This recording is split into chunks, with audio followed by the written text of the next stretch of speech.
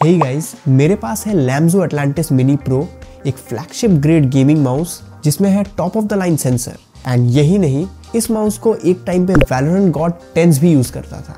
सो क्या ये mouse Logitech and razor के फ्लैगशिप ऑफरिंग से भी बढ़िया है?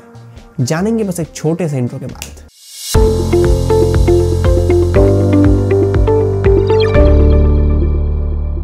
स्टार्ट करते हैं इसके पैकेजिंग से। ये इतना कूल पैकिंग में आता है कि सिर्फ इसको दिखाने के लिए मैंने इसको फिर से पैक किया है।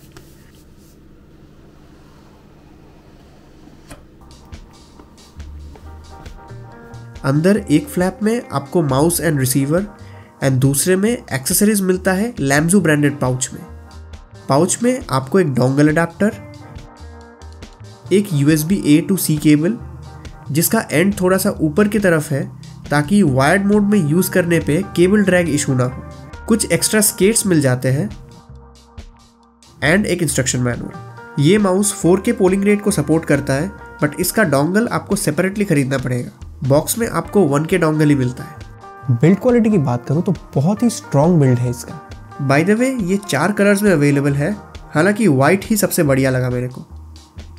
डिज़ाइन वाइज ये बहुत ही मिनिमल एंड क्लासी है, but at the same time काफ़ी फंकी एंड कूल भी है।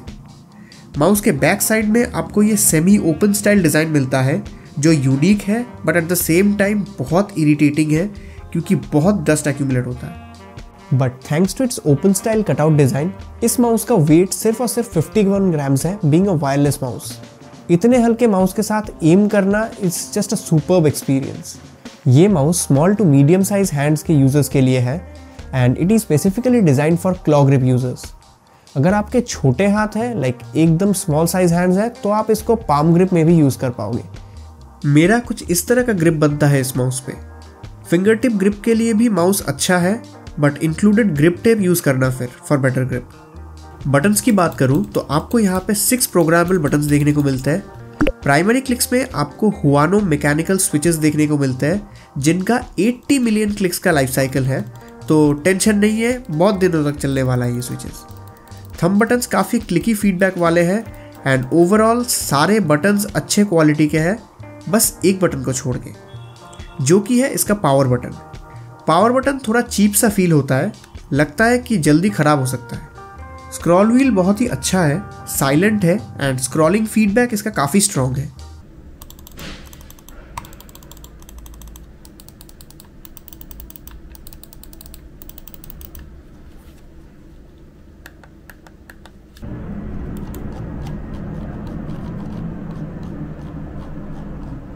सेंसर में हमें यहाँ पे पिक्सआर्ट का 3395 एक फ्लैगशिप ग्रेड सेंसर देखने को मिलता है एंड स्पेक्स भी टॉप ऑफ द लाइन है। हमें यहाँ पे 650 IPS देखने को मिलता है, 50G ऑफ एक्सेलरेशन देखने को मिलता है एंड 26,000 DPI देखने को मिलता है। एंड ऊपर से ये माउस इतना लाइट वेट है तो और ज़्यादा हेल्प होता है एक्यूरेटली एम करने में।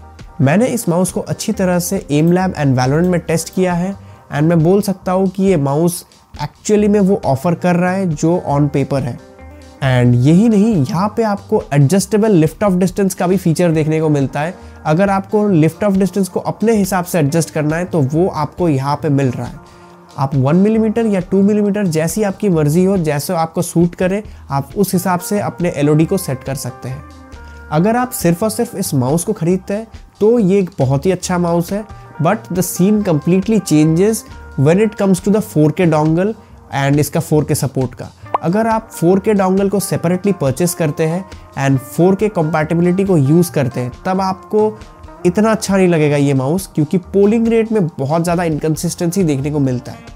मैंने 1K पोलिंग रेट पे, वायर्ड मोड पे, वायरलेस मोड पे एंड 4K डोंगल को यूज़ करके वहाँ पे भी 1K सेट करके मैंने देखा है 1K पोलिंग रेट में किसी भी तरह का प्रॉब्लम नहीं है। बट अगर आप इसको 2K या 4K पोलिंग रेट पे सेट करते हैं तब आपको प्रॉब्लम दिखना शुरू हो जाएगा। 2K पोलिंग रेट में फिर भी चलो जैसे तैसे ये एक प्लेएबल एक्सपीरियंस दे देता है, बट 4K में ना बहुत लेवल का इनकन्सिस्टेंसी है। मैं किसी भी सीरियस ई-स्पोर्ट्स प्लेयर को ये रेकमेंड ही नहीं कर सकता कि इतने इनकन्सिस्टेंसी के साथ खेलो, क्योंकि अगर पोलिंग रेट स्टेबल नहीं है तो आप प्रिसाइजली एम नहीं कर पाओगे एंड एम में आपको जिटरी फीलिंग आएगा एंड लगेगा कि कभी कभार माउस बहुत ज़्यादा रिस्पॉन्सिव है, कभी कभार माउस उतना रिस्पॉन्स नहीं कर रहा है। तो ये इनएक्यूरेट रेस्पॉन्सिवनेस की वजह से मैं आपको अगर आप एक प्रोफेशनल ई स्पोर्ट्स प्लेयर है तो मैं आपको ये माउस रेकमेंड नहीं कर सकता।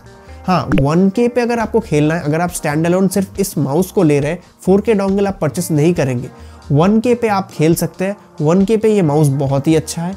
एंड कंसिडरिंग जो माउस अवेलेबल है लॉजिटेक एंड रेजर की तरफ से, उनके फ्लैगशिप माउस, वो माउस इससे बहुत प्राइस में हाई है।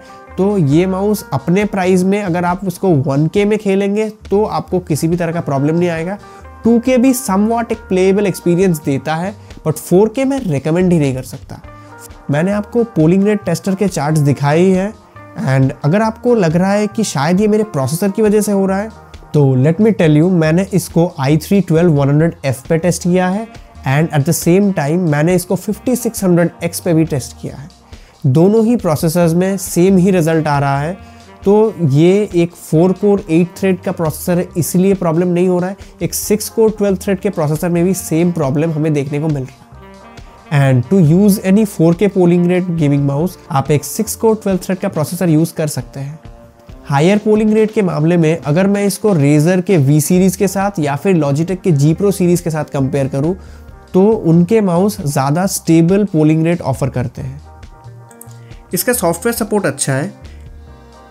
इसके सॉफ्टवेयर में हम इसके बटन्स को प्रोग्राम कर सकते हैं, क्लिक्स के डीबाउंस टाइम को चेंज कर सकते हैं कि अगर डबल क्लिकिंग इशू फेस हो रहा है तो हम इसको चेंज करके उसको सॉल्व कर सकते हैं। अप टू 5 DPI स्टेजेस तक सेट कर सकते हैं एंड DPI एवरी 50 पॉइंट्स पे शिफ्ट होता है। पोलिंग रेट को चेंज कर पाओगे up to 4000 hertz and sensor settings में भी बहुत कुछ देखने को मिलता है। आप इसके मोड्स को चेंज कर सकते हो, लो पावर मोड या फिर हाई पावर मोड। आप लिफ्ट ऑफ डिस्टेंस को चेंज कर सकते हो एंड सेंसर को मैक्सिमम परफॉर्मेंस में भी पुश कर सकते हो। इसका भी ऑप्शन हमें यहाँ पे मिलता है। एंड आपको यहाँ पे कुछ फीचर्स मिल जाते हैं like ripple control, angle snapping and motion sync, जिनका कोई प्रैक्टिकल एडवांटेज नहीं है। मैं बोलूँगा अगर आप एक सीरियस ई स्पोर्ट्स प्लेयर है तो आपको इन सारे सेटिंग्स को ऑफ रखना चाहिए ताकि किसी भी तरह का लेटेंसी या फिर इनपुट ऑल्टरेशन ना हो। बैटरी लाइफ की बात करूँ तो आपको यहाँ पे 65 to 70 आवर्स का बैटरी बैकअप देखने को मिल जाता है। ऑफिशियल कोई रेटिंग नहीं है, बट मेरे यूजेज के हिसाब से मैंने देखा है कि 65 to 70 आवर्स का बैटरी बैकअप मिल जाता है 1K पे, 1K पोलिंग रेट पे। अगर आप 2K पे या फिर 4K पे करते हैं तो सीन चेंज है, ऑब्वियसली ज़्यादा पावर कंज्यूम होगा। तो 2K पोलिंग रेट पे आपको अराउंड 40 to 45 आवर्स का बैटरी बैकअप देखने को मिलता है।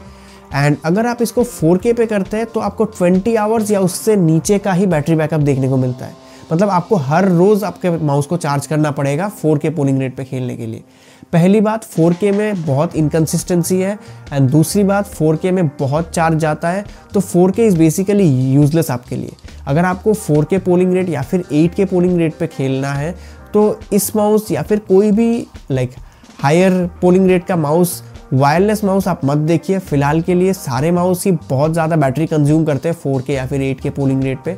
मैं आपको रिकमेंड करूँगा कि आप एक वायर्ड माउस ही ले लीजिए, रेजर वाइपर 8K ही ले लीजिए, क्योंकि वहाँ पे आपको बैटरी का झंझट नहीं रहेगा। वरना आप 8K पोलिंग रेट पे कैसे ही खेल लोगे, क्योंकि वायर लगाने के बाद वो तो हो जाता है 1K पोलिंग रेट का।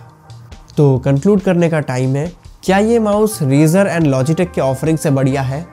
तो ऑब्वियसली आंसर है नहीं, क्योंकि भले ही वो लोग अच्छा एक माउस बना दिए, उनसे एक लाइट वेट माउस बना दिए, बट बहुत कुछ चीज़ें हैं जो रेजर एंड लॉजिटेक में बढ़िया है। रेजर एंड लॉजिटेक का जो सॉफ्टवेयर ऑप्टिमाइजेशन है वो भी बहुत बढ़िया है। कभी कभार ये जो सॉफ्टवेयर है वो ग्लिच करता है। तो मैं बोलूँगा कि इस हिसाब से मैं बोलूँगा रेजर एंड लॉजिटेक के जो ऑफरिंग्स है वो अभी भी लैम्जो के ऑफरिंग से बढ़िया है।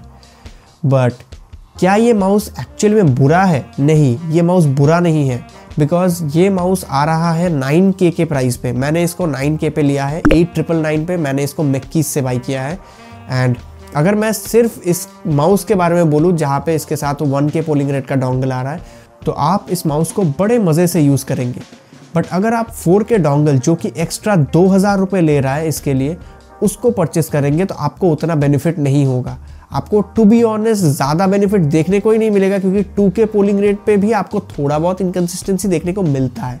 अगर आप सिर्फ 9K पे इस माउस को परचेस कर रहे हैं देन ठीक है, 2K एक्स्ट्रा मत दीजिए, वो 2K आपका पूरा वेस्ट होने वाला है। तो मैं यही बोलूँगा कि for the price like 9000 rupees में ये 51 ग्राम्स का है, being a wireless mouse 65 to 70 hours का बैटरी बैकअप प्रोवाइड कर रहा है। ये एक बहुत अच्छा माउस है एंड आप इसको ई स्पोर्ट्स गेम्स के लिए यूज़ कर सकते हैं। एक प्रोफेशनल ई स्पोर्ट्स प्लेयर है तो आप इसको यूज़ कर सकते हैं, बट 4K डोंगल आप मत लीजिए, वो बेसिकली यूजलेस है। अगर आपको हायर पोलिंग रेट वाला माउस चाहिए तो आप किसी और माउस की तरफ देख लीजिए। बजट बढ़ाइए अपना एंड कोशिश कीजिए वाइपर V3 Pro लेने का, क्योंकि मैंने V3 Pro को टेस्ट किया है एंड वो बहुत ही अच्छा एंड बहुत ही एक्यूरेट ट्रैकिंग के साथ आता है। लाइक वो जो माउस है उसमें पोलिंग रेट स्टेबिलिटी का इशू मैंने नहीं देखा है, तो मैं आपको बोलूँगा कि आप उस माउस की तरफ देख सकते हैं, वहाँ पे आपको स्टेबल पोलिंग रेट देखने को मिलता है। वरना एट 1K पोलिंग रेट ये माउस भी बहुत एक्यूरेटली ट्रैक करता है एंड इस माउस को मैं रेकमेंड कर सकता हूँ without the 4K dongle. And that's it for this video. अगर आपको ये वीडियो अच्छा लगा तो एक लाइक कर देना, सब्सक्राइब कर लेना मेरे चैनल को ऐसे ही और वीडियोस के लिए। एंड अगर आपको किसी भी तरह का क्वेरी है तो कमेंट सेक्शन में जाके कमेंट कीजिए, वरना आपको यहाँ पे मेरा इंस्टा हैंडल देखने को मिल जाएगा, आप यहाँ पे भी मेरे को मैसेज कर सकते हैं, फिर मैं आपको पर्सनली रिप्लाई करूँगा। And that's it for this video. मैं मिलता हूँ आपसे अगले वीडियो में, तब तक के लिए